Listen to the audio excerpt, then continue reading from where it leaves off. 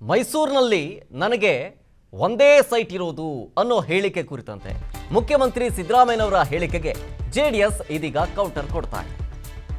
ಏನು ಕೌಂಟರ್ ಕೊಡ್ತಾ ಇದೆ? ಡೀಟೇಲ್ಸ್ ಬರ್ತಾ ಇದೆ. 1984ರಲ್ಲಿ ಶಾಸಕರಾಗಿದ್ದಾಗ ಬದಲಿ ನಿವೇಶನ ಕೋರಿ ಪತ್ರವನ್ನ ಬರೆಯಲಾಗಿತ್ತು. ಮೂಡಾಗೆ ಸಿದ್ದರಾಮಯ್ಯ ಬರೆದಿದ್ದ ಪತ್ರವನ್ನ ರಿಲೀಸ್ ಮಾಡಿ ಟಾಂಗ್ ಕೊಡ್ತಾ ಇದೆ. ಗುಳಿಗೆ ಸಿದ್ದ ಒಳಗೆ ಮೇಯ್ದ ಅನ್ನೋ ಮಾತು ಅನ್ವಯಿಸುತ್ತೆ ನೋಡಿ.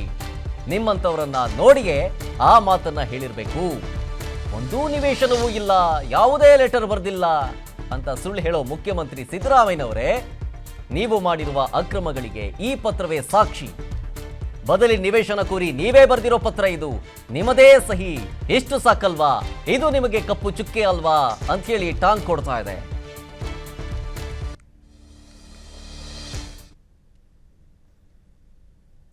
ಟ್ವೀಟ್ ಮಾಡಿರೋ ವಿಜುವಲ್ಸ್ ಗಮನಿಸ್ತಾ ಇದ್ದೀವಿ.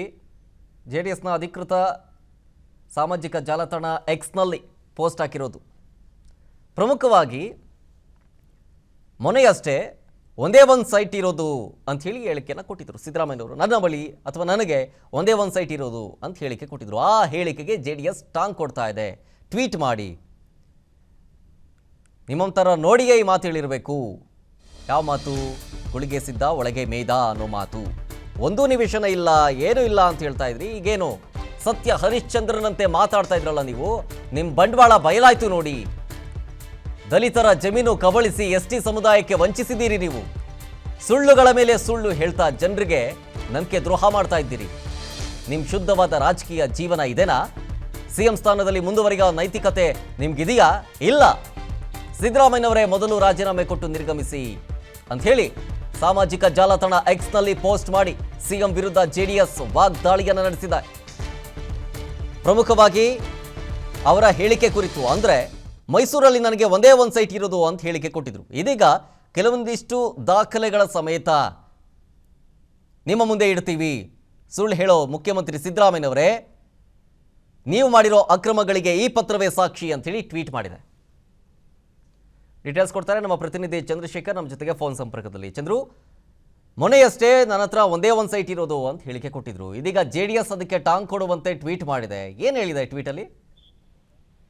ಶರತ್, ಈ ಗಮನಿಸಬಹುದು, ಮೂಡ ಹಗರಣಕ್ಕೆ ಸಂಬಂಧಪಟ್ಟಂತೆ ಆಡಳಿತ ಮತ್ತು ವಿಪಕ್ಷಗಳ ನಡುವೆ ಬಹಳಷ್ಟು ದೊಡ್ಡ ಮಟ್ಟದ ಫೈಟ್ ನಡೀತಾ ಇದೆ. ಇತ್ತೀಚೆಗೆ ಬೆಂಗಳೂರು ಟು ಮೈಸೂರು ಚಲೋ ಪಾದಯಾತ್ರೆ ಕೂಡ ಮುಗಿಸಿದೆ.